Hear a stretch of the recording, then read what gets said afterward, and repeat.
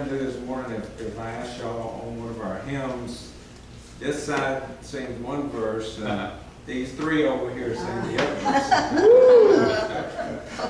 Or maybe four counting back. You ought to sing with them. Yeah, okay. Hey, Dave, I'll sing on this side. Way back in the back, I didn't see. Let's all stand and sing this morning. Open the eyes of my heart, Lord. Open the eyes. I want to see you. I want to see you.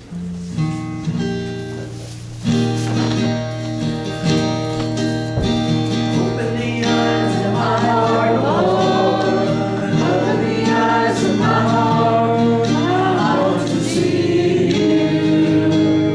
I want to see you. Open the eyes of my heart, Lord. Open the eyes of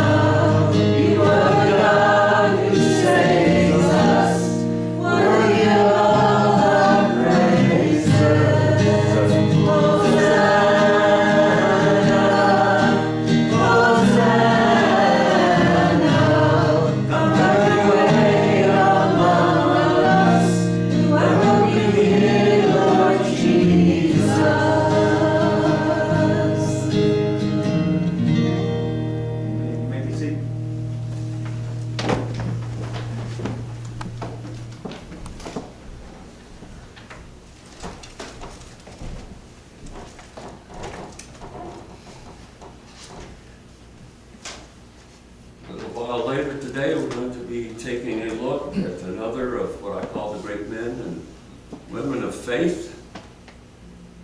All these things based upon what the Hebrew writer had said.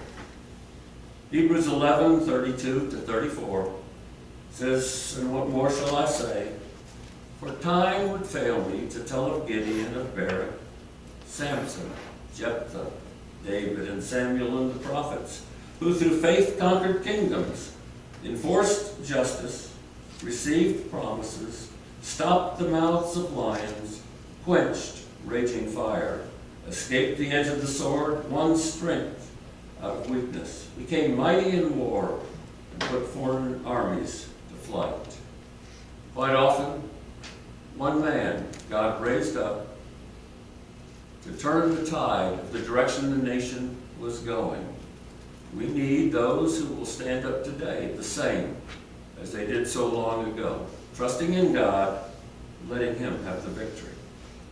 Just want to remind you, one time, we are still putting the services onto YouTube.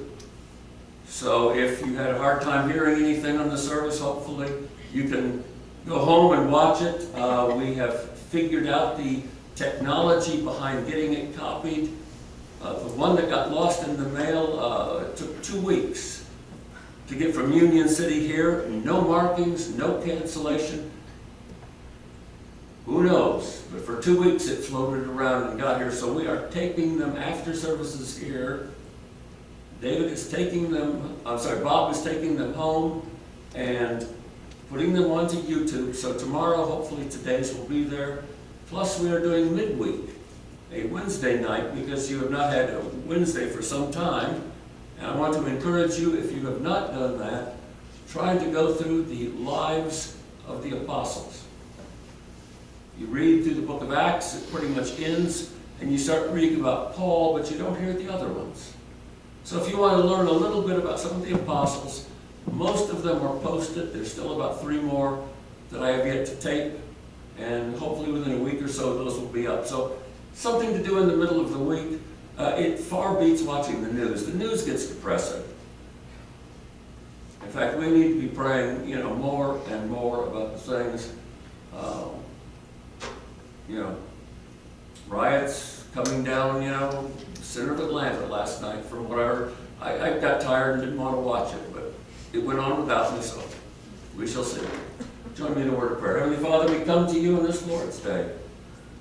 We feel in some sense isolated from the cares, the troubles of the world, and yet we know that there is much going on around us. We know that Satan is truly the cause and not any political party or agenda, but Satan is behind the things that are going on in the streets of Atlanta and of this country.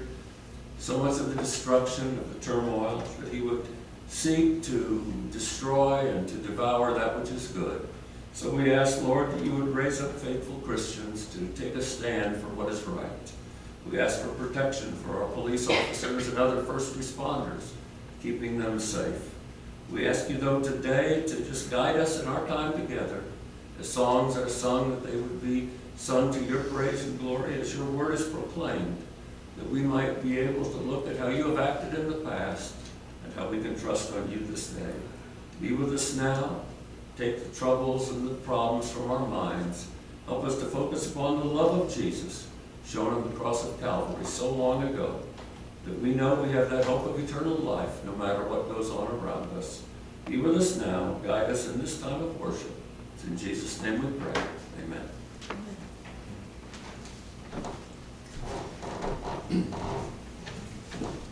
Before we do this next song, I'd just like to say, I think today we honor our flag here in America this week, and I guess we should honor that every day.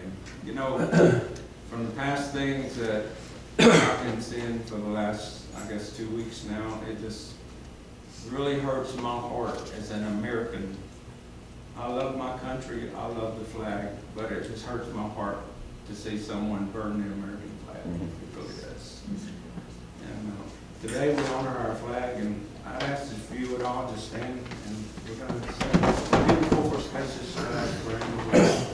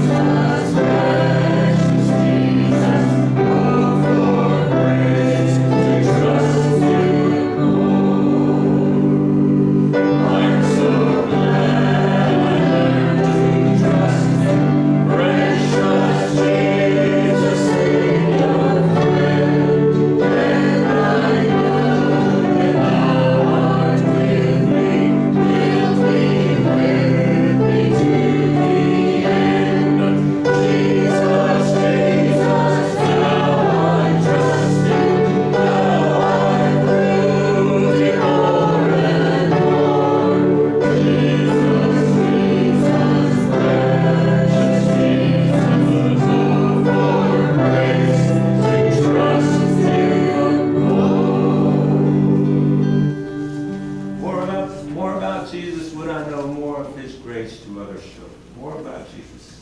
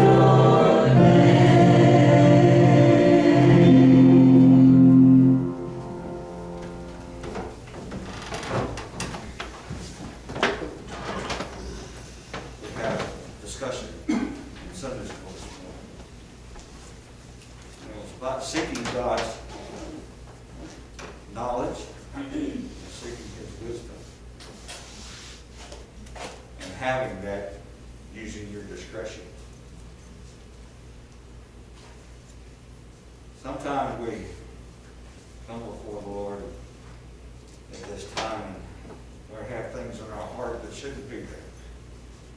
We have worries about riots.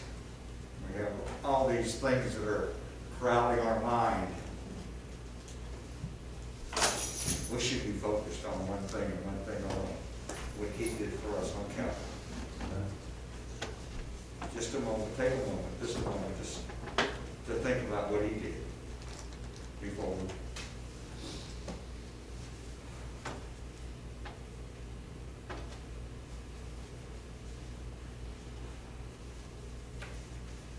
Lord, we just come before You as a grateful people. Lord, that we have that protection around us, that we have Your grace. Father, that we have the knowledge and accepted You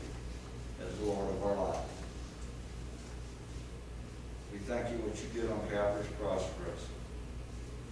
And Lord, if there's anything in our hearts that keep us from focusing on that, please take it away.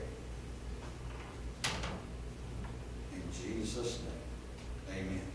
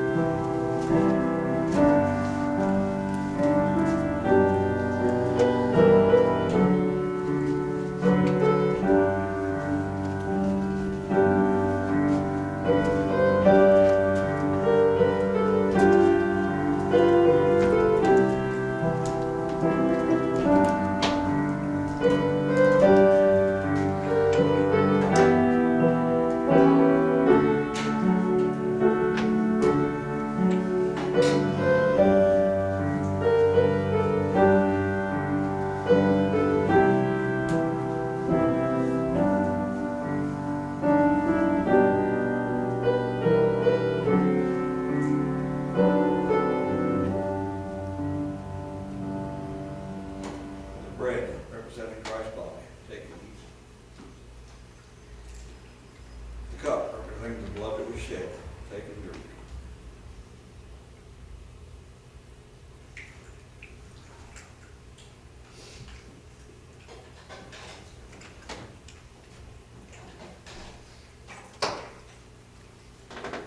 Thank you, Lord, as we come together today. It's so great to be here, and all the problems in the world, we know we can trust in you. We ask that you bless the offerings and a way to spread your word. Pray this in Jesus' name. Amen. To the Lord our God and King, His love endures forever. For He is good and of all things, His love endures forever. Sing praise, sing praise, sing praise, and has been sung. His love endures forever.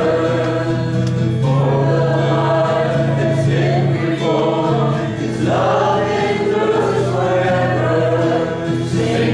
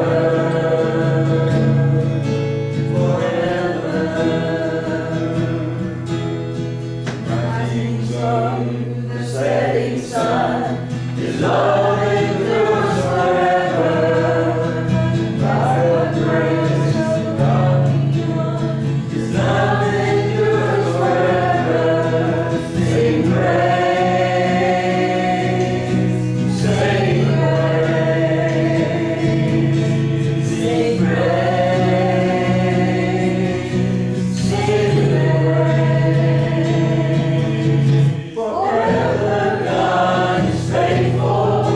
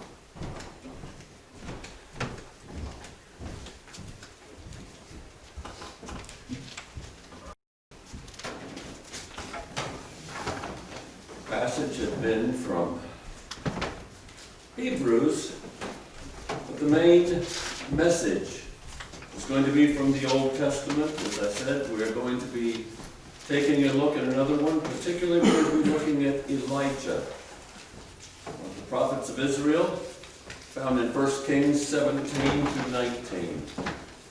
So we're going to take a look at a lot of the scripture, but the application, some of the things that we can learn. So again, we're going to be looking around, give or take, in maybe a portion of chapter 16 of 1 Kings. The setting, to get us into the right area, is in the reign of King Ahab and his wife Jezebel. You're looking around somewhere 900 to 896 BC. So you're looking almost 3,000 years ago. Religiously, it was a time of crisis. The worshipers of God were being persecuted, the true worshipers. God's prophets were being killed. The queen Jezebel had introduced Baal worship, and the king had sanctioned this. And she was seeking to make it compulsory state religion. Compromise in worship had led to outright apostasy. Ahab was more interested in pleasing his queen that he had married for political expediency than God. And that was bringing trouble to the land. This is a time when God was using the prophet Elijah. The prophet Elijah, some people say, well, where's the book of Elijah? It's not in there. Elijah did not write any book, but he's included in many of the things there. He's looked at as one of the greatest prophets. When you saw Jesus on the Mount of Transfiguration, who was there? Moses representing the law and Elijah representing the prophets. Elijah. He was from Gilead, which is east of the Jordan, small insignificant village of Tishbe. He was ascetic, sort of like John the Baptist, living alone in the deserts and the mountains, away from the cities. He was described as hairy, bearded, shaggy hair. He would have been in the 60s considered one of those there hippie flower children type. You know, the Jesus people, that movement that was going on. He wore a hairy cloak, a leather girdle. But he was a bold spokesman for God. Uncompromising, totally selfless, jealous for the true God, and not afraid to call sin sin. That was the kind of person that was needed. As a prophet, he didn't bring a new revelation. His task was to maintain and defend the old faith. We don't need a new religion today. We just need to hold on to the old one that was once delivered for all. He did little preaching, but much warning. He didn't write anything, but he stood in the gap to prevent total apostasy, to preserve the nation. Righteousness preserves a nation. This was a time of crisis. Was the nation going to be totally taken over by apostasy, or was Elijah going to be that one that God would use to preserve it for a little bit longer? As I said, it's taking place in 1 Kings. If you get the setting again in 1 Kings chapter 16, around verse 29, it tells us when this happened. It said, in the 38th year of Asa, the king of Judah, Ahab, the son of Omri, began to reign over Judah.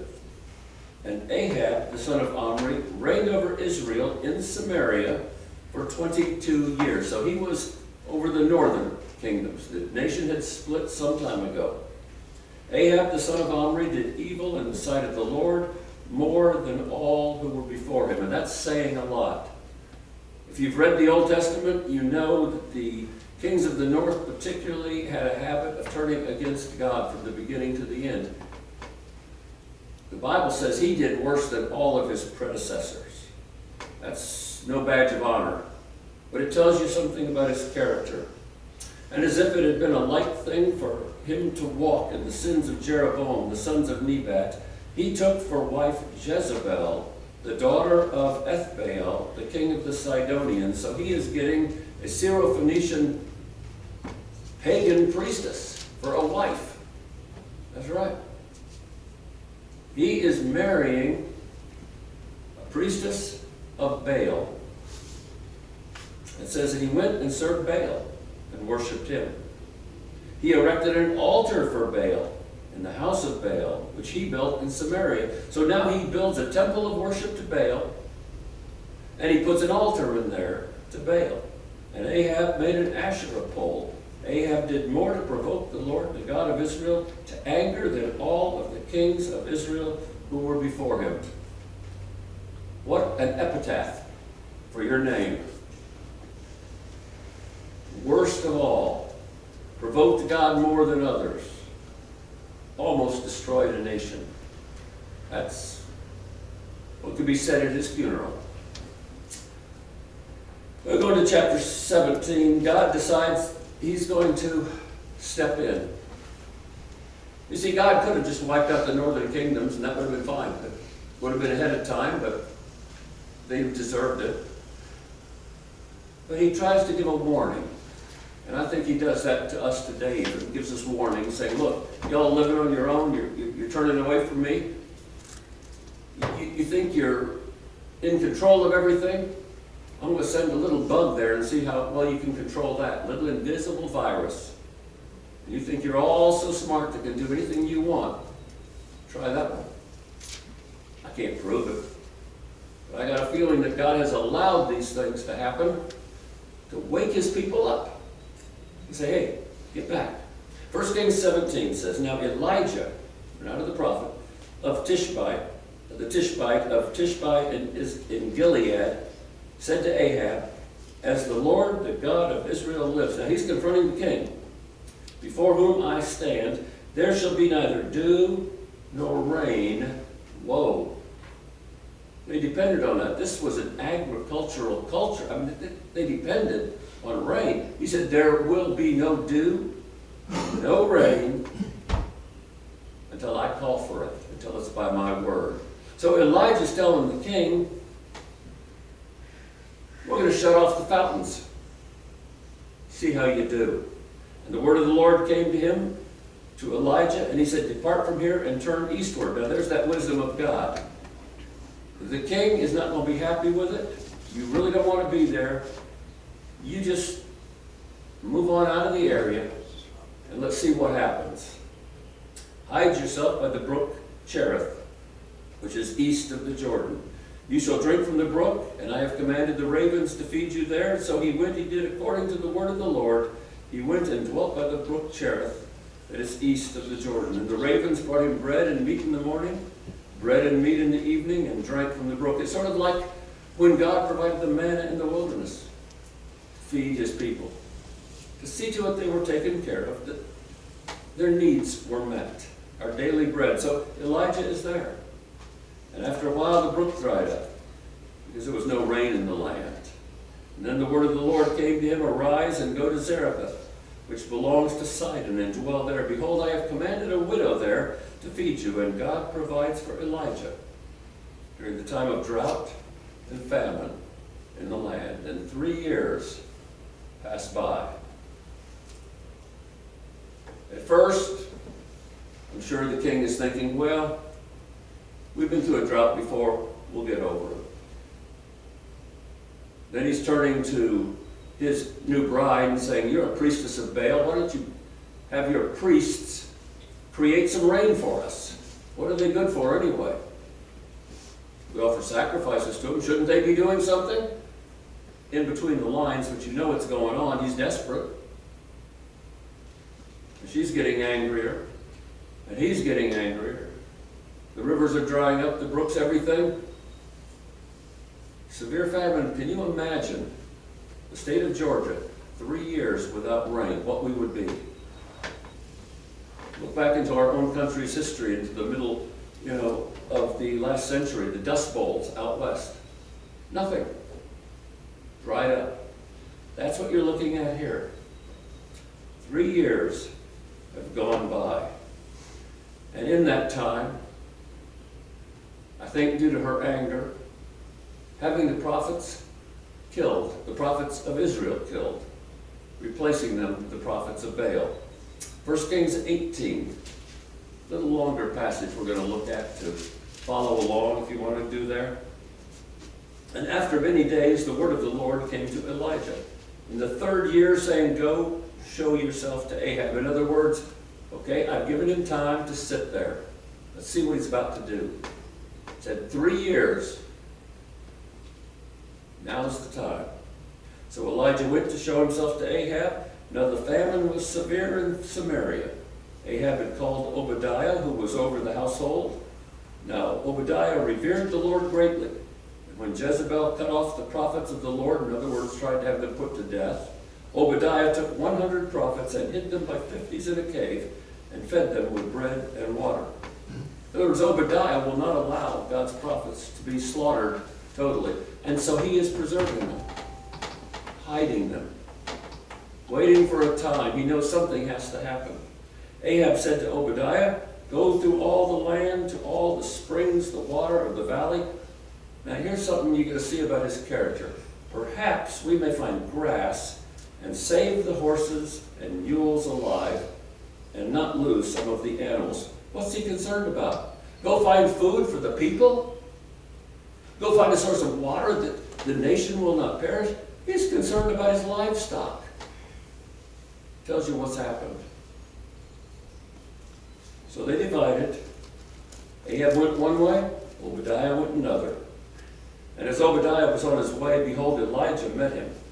Obadiah recognized him, fell on his face, and said, is that you, my lord, Elijah? And he answered, it is I. He says, go tell your lord, behold, Elijah is here. And he said, wherein have I sinned, that you would give your servant into the hand of Ahab to kill me? A little bit about his character. As the Lord God lives, there is no nation or kingdom where he has not sent to seek for you. And when they would say he's not here, he would take an oath of the kingdom or nation that they had not found you. And now you say, go and tell that, behold, Elijah is here. As soon as I've gone, the Spirit of the Lord will carry you away. And when I tell Ahab that I cannot find you, he will kill me. Although I, your servant, have revered the Lord from my youth. Has it not been told my Lord what I did when Jezebel killed the prophets? He's trying to appeal to Elijah not to have him do this. How I hid 100 men of the Lord of the prophets by 50s and fed them with bread and water. And now you say, go and tell the Lord, behold, Elijah is here, so that he will kill me. And Elijah said, as the Lord of hosts lives, before whom I stand, I will surely show myself to him today. So Obadiah went to meet Ahab. So Obadiah is reasoning by man's reasoning. Yes, he loves the Lord, but he also knows the king he serves. And he said, if I go tell him you're here and you're not here, I won't be alive to see another day. Are you sure you're going to be here? Elijah says, you go tell him, I'll be here. So he goes. And Ahab went to meet Elijah. And when Ahab saw Elijah, Ahab said to him, is it you? Now listen to this one. You troubler of Israel. Oh, that's right. It's Elijah's fault, right? Elijah caused all the problems. No. But you see, Ahab can't look to the real cause behind the things going on. I mean, that is so like today going on, it just rattles the mind. Who's causing all the trouble? And the politicians get together, put their best minds together, take votes on this. Satan's behind it. It doesn't take a rocket scientist to figure it out. Sin is behind it. It's not racism, police, sin is behind it. You kicked God out of the schools, you kicked God out of the government, you kicked God out of even the churches you're trying to by locking them down. Who's troubling the nation? Satan. Keep that in mind as you watch your news. And all these pundits try to put the blame here and there. Put it where it belongs. At the feet of Satan. For he's the one who has trouble through men like Ahab. So Ahab is a pawn of Satan. Brought Baal worship in, and now he can't understand the That's what's caused the problems. And he said, I have not troubled Israel, but you, your father's house, because, and here it comes, let's call a sin, because you have forsaken the commandments of the Lord, and you have followed the Baals. Whoa. There it is. Elijah doesn't mince words. He said, King, you did it. By bringing this pagan woman in as queen, by bringing in Baal worship, by turning against God, you're the cause. That's pretty bold. That king could have had his, head up right then, but he didn't. I think God's preserving him. Now, therefore, okay, here's the challenge. Elijah says, are you ready? Send and gather together all Israel to meet me at Mount Carmel. And I think he means by all Israel, all who are able to come. I don't think you had X million people showing up. I mean, all the people who could come. The challenge is out there. The people are starving for food, for water, and they've heard Elijah's come back. They want to see what's going on, what's going to happen. And by the way, O king, you can bring 450 prophets of Baal and 400 prophets of the Asherah. You have 850, and Ahab sent for all the people of Israel, gathered the prophets together on Mount Carmel. Elijah came near to all the people and said, how long will you go limping between two different opinions? If the Lord is God, follow him. If Baal, follow him. In other words, you cannot serve two masters. We've got too many people today don't want to offend anybody, and so they'll worship anything and everything. One God, one Lord, that's it. He's it. I am the way, the truth, and the life. No man comes to the Father but through me. There are no alternate paths to heaven. And the people did not answer him a word. They don't know what to say. Then Elijah said to the people, even I alone am left as a prophet of the Lord. Not quite true. There were 100 hiding in caves, but he's the one taking a stand. But Baal's prophets are 450 men and 400 that also worship and eat at Jezebel's table.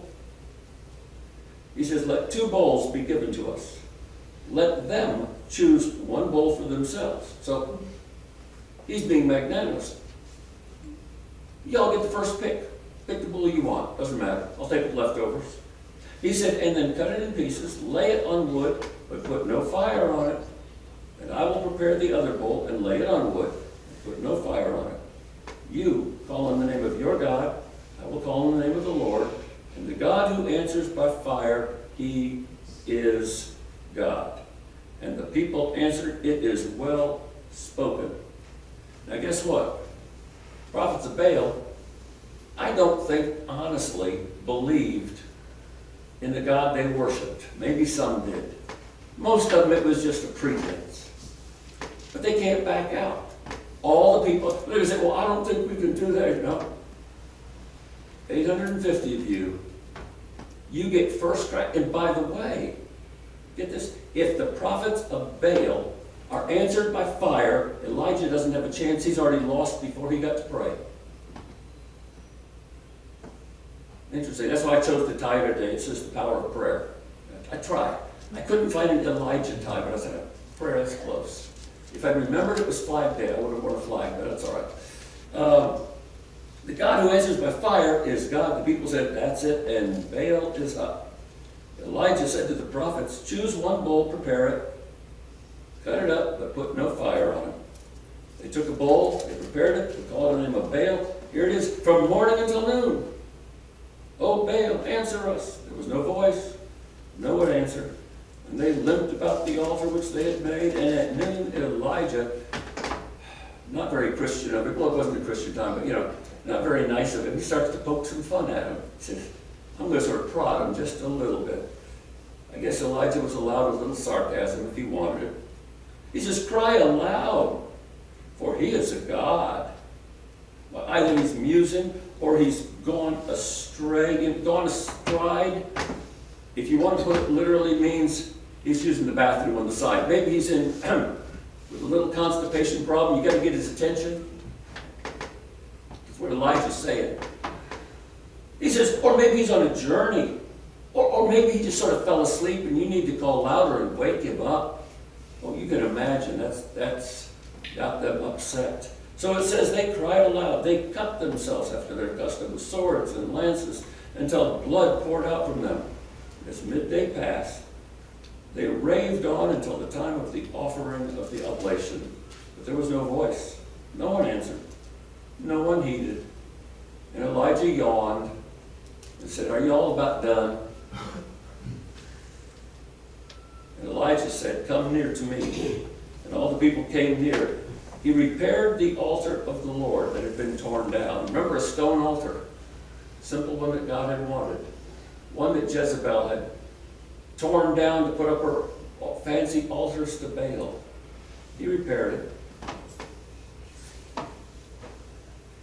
And Elijah took 12 stones, according to the number of the tribes of the sons of Jacob, to whom the Lord God came. He said, Israel shall be your name. And with the stones he built an altar in the name of the Lord. He made a trench about the altar, as great as would contain 2 measures of seed. He put the wood in order, cut the bowl in pieces, laid it on the wood, and said, fill 4 jars with water. That's a precious commodity. Fill 4 jars with water. Pour it on the burnt offering and on the wood. Any former scouts here, Girl Scouts, Boy Scouts? Okay. What's the first thing you learn about building a fire? You get dry wood. Dry. If you bend it, it doesn't crack. You don't want that. Roaring fire, you can throw it on the truck. You want to start a fire, you get the driest wood you can find. He just said, you just dump these 4 jars of water all over the wood and all over the sacrifice. In one sense, he's sacrificing to God, a precious commodity, a drink offering of water, saying, God, I know you're going to provide more, so here, I'm just going to dump it out. Something that people needed. He said, do it a second time. In other words, if the wood's not wet enough, soak it. They did it a second time. And he said, do it a third time. And they did it a third time. And the water ran around the altar, filled the trench with water. Right about now, the prophets of Baal are thinking this is going to be a standoff. It's going to be a draw. There is no way that he could get this going, even if he poured kerosene on it by now. It's beyond hope. And at the time of the offering, Elijah the prophet came near and said, O Lord, God of Abraham, Isaac, and Israel, let it be known this day that thou art the God of Israel, and that I am thy servant, and that I have done these things at thy word. You see, miracles were done to attest that the word the prophet was going to speak. The apostles did miracles not for the sake of miracles. Jesus did miracles not for the sake of the miracles, but to attest that his word was God's word. Be it known that I am thy servant, and that I have done these things according to thy word. Answer me, O Lord.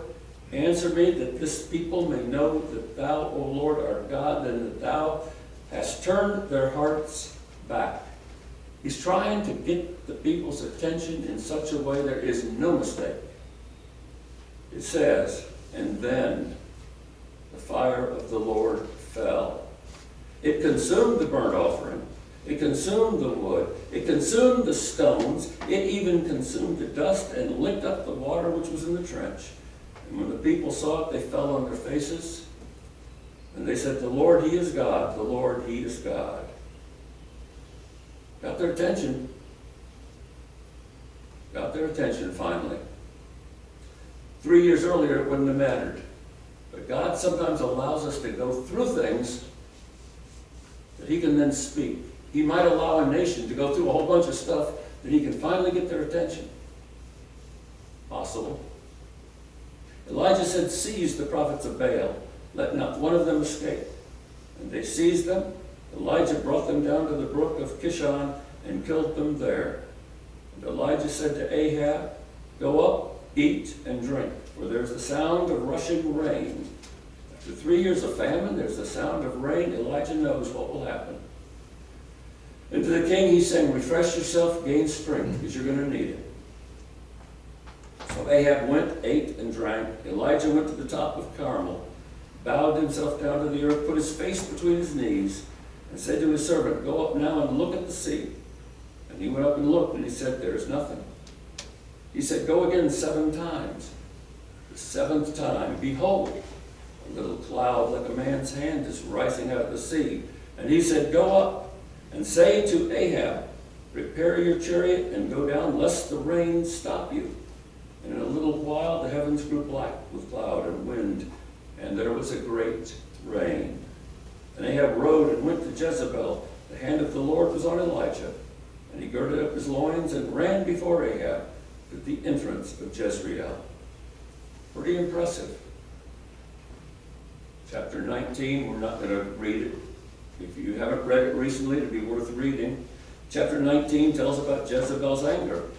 850 of her prophets just got put to death. She got humiliated. Baal lost the challenge. She might be wondering if she's going to be next. She was angry. She attempted to have Elijah killed. And of God having Elijah hide for a time in the wilderness, anoint Elisha to be his follower in his place, to restore Israel to the right path to worship God. You see, God provided what was needed when it was, and got the people's attention. So what do we learn? Let's tie it together. You may come up with some things of your own. God's people are often accused of being the troublemakers by the real troublemakers. They're often persecuted for righteousness. Well, if we wouldn't just be so narrow-minded, everybody would live in peace and everything would be fine. It's all you Christians. You judgmental, narrow-minded. Well, you have one. Narrow-minded. I believe one God. Jesus is the only path to heaven. So I guess they're right. But we're not the ones who cause the trouble. But so many people see it that way. God never has or never will tolerate straddling a fence. Here in Kings it says living between 2 opinions. He said either follow Baal or follow Jehovah. Can't ride the middle ground. If God is God, follow him. If Baal's God, follow him. Well, I guess we know which one won here. In Elijah, we see how God protects and provides for those who follow him. He took care of Elijah. Elijah went and confronted the king. For 3 years, God took care of him. He came back, turned the nation back to God. We see the power of one man consecrated to God against the superior numbers of God's enemies, 850 to 1. Didn't matter. Greater is he who is within me than he who is in the world. He took a stand for God. No one ever stands alone and stands with God. One man with God has a balance of power if we're doing God's will. That's what it comes down to. Finally, thing, I think we need to learn patience to wait upon God. Elijah might have said, "Why not now?" He says, "Not yet." After 1 year, how about now? Not yet. After 2 years, is it about time? Not yet. 3 years. God said it's now time. The people need to hear it. We need to learn patience to wait on God for victory. In his time, well, he sets things in order. You see, God could be preparing things today for something we can't even imagine what could happen. What's it going to be, though? What's it going to be? The thing is, for us, as for me and my house, we will follow the Lord. That's about all you can say. You can try to persuade your neighbors. You can share the good news. But in the meantime, trust God. And God will work things out. All things work together for the good of those who love the Lord, who are called according to his purpose. Guess what? Good will come of the riots. I hate to look at it that way, but good can, if we'll just trust in it. Of the coronavirus. Christians will die in it if they just go to be with God all the sooner. And when we look at it with that perspective, we have a positive outlook, even amidst what's going on around us. So pray again. Pray for our nation. Pray for our state. Pray for the first responders. Because our nation is going through a time not unlike what Elijah was going through, where people need to take a stand. If God is God, follow him. And I think that's the answer for most Christians. We're going to have our song of encouragement. Longer. Can't say I know it, I probably will recognize it. Some of these, see, where we were before, it was all traditional books out of, hymn books. I'm getting used to these, they're fun. If you do need the prayers of the congregation or you need to respond in any way, we invite you to come as we stand and sing.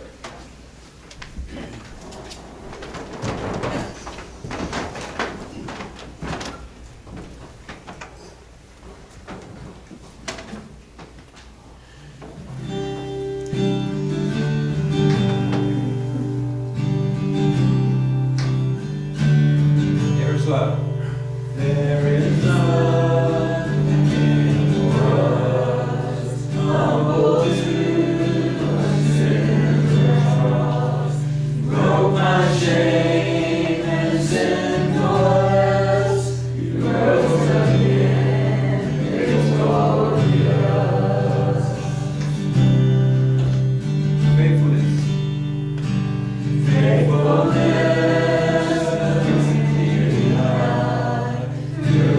Storm and through the fire, there is truth that sets me free. Jesus Christ lives in me. You are stronger, sin is broken, you have saved me. It is written, Christ is risen, Jesus, you are Lord of all. No beginning. No beginning and no end. You're my hope and my defense. Came to seek and save the lost. Paid it all on the cross. You are stronger, sin is broken, you have saved me. It is written, Christ is risen, Jesus, you are Lord of all. You are stronger, sin is broken, you have saved me. It is written, Christ is risen, Jesus, you are Lord of all. Heavenly Father, we ask you now to watch over us in our separate ways. Dismiss us now with your blessing and help us to be able to find peace in this troubled times, and if possible, be your agents of peace to those we encounter. Be with us now, watch over us, guard us again, and keep us safe. In Jesus' name we pray. Amen.